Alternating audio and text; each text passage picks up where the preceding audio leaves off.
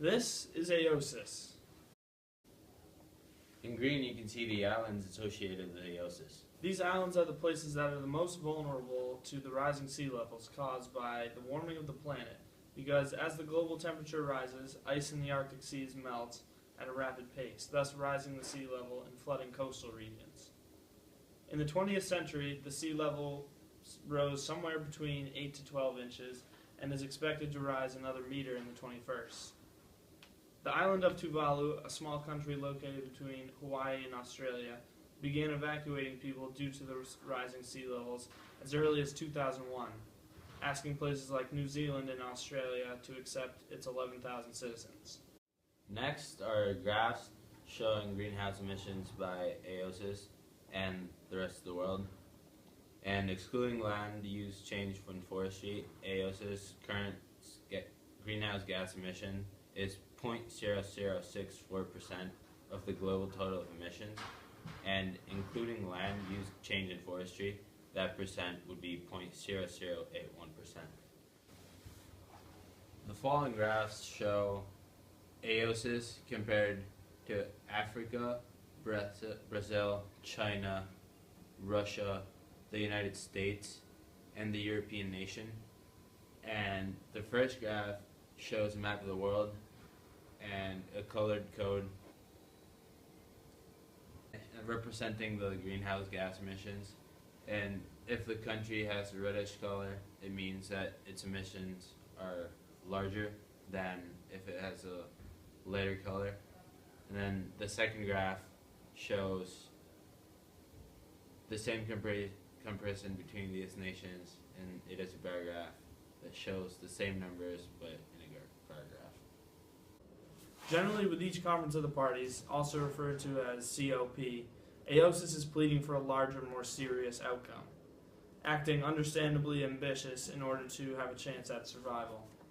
Before COP17, AOSIS and the European Union had established a partnership and seemed to be quite powerful in their arguments about the urgency of change, although disagreeing on certain deadlines. For example, AOSIS wanted to have emission cuts with a 5-year deadline, whereas the EU wanted a pending 8-year goal, meaning they could change their stance somewhere in that 8-year goal. So AOSIS does try as hard as possible to convince the larger, more developed nations to reduce their impact on the warming of the planet, but they're at the mercy of these larger nations. Since they've already reduced their emissions to 371.57 metric tons of CO2 in 2011, further efforts only go as far as the larger, more developed nations are willing to help. The Alliance of Small Island States presented a proposal consisting of 3 parts, which they called an international mechanism. And the first component is to gather baseline information and data about weather hazards and new risks, and this data should be used to develop and implement specific measures to counter weather impacts and exposure to these climate impacts, which leads to the second part, which essentially calls for an insurance system that covers damages against any type of climate disasters like storms, hurricanes, or tsunamis, which is relevant for small islands because the population of these islands tends to be concentrated in highly vulnerable coastal zones.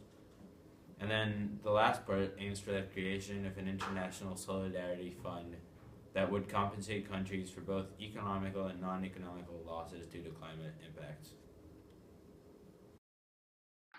Here's a promotional video that AOSIS made to educate people on the troubling situation that AOSIS finds itself in.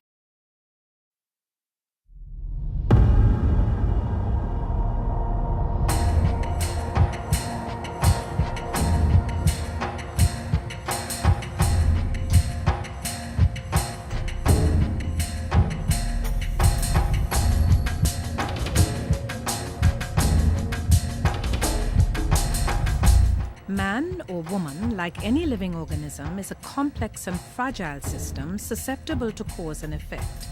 When we're small and developing, what might seem to be the most insignificant of changes can have dire consequences. If a human's core body temperature rose by just 1.5 degrees Celsius, a fever would ensue. This is the first symptom. As the human body temperature rises, its mouth will become dry and it will experience difficulty in swallowing. It becomes increasingly difficult to effectively hydrate as its temperature increases, and without adequate hydration, the human becomes vulnerable.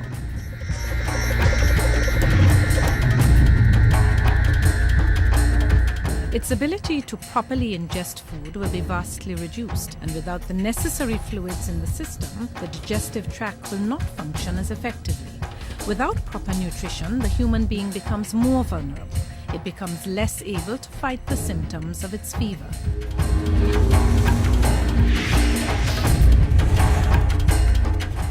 At this juncture, the human's immune system is unable to function as effectively.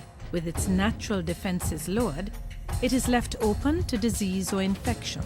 This added vulnerability makes it even harder to cope with the fever.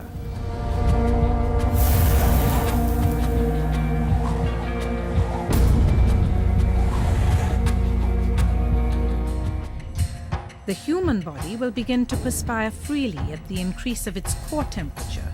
The endothermic effect draws heat from the body. As the rise in core temperature increases, the human body loses the ability to regulate its fluid loss.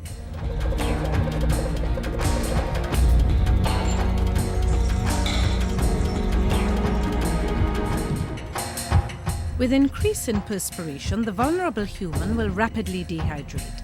The skin will dry out, and eventually it will lose the ability to sweat altogether. Without the ability to regulate, the core temperature rises rapidly.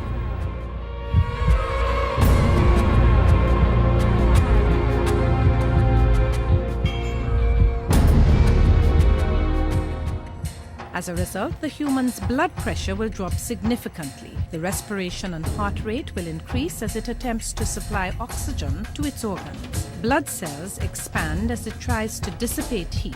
Then the human cells will begin contracting and dying.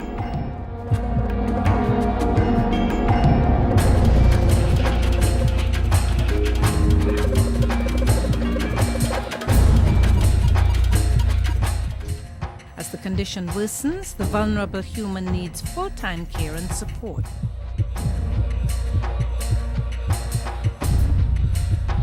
The most able will be unable to work so as to provide adequate support. This places additional burden upon them, but without this support, the human... This doesn't have to happen. We can stop this. Keep the rise in temperature to below 1.5.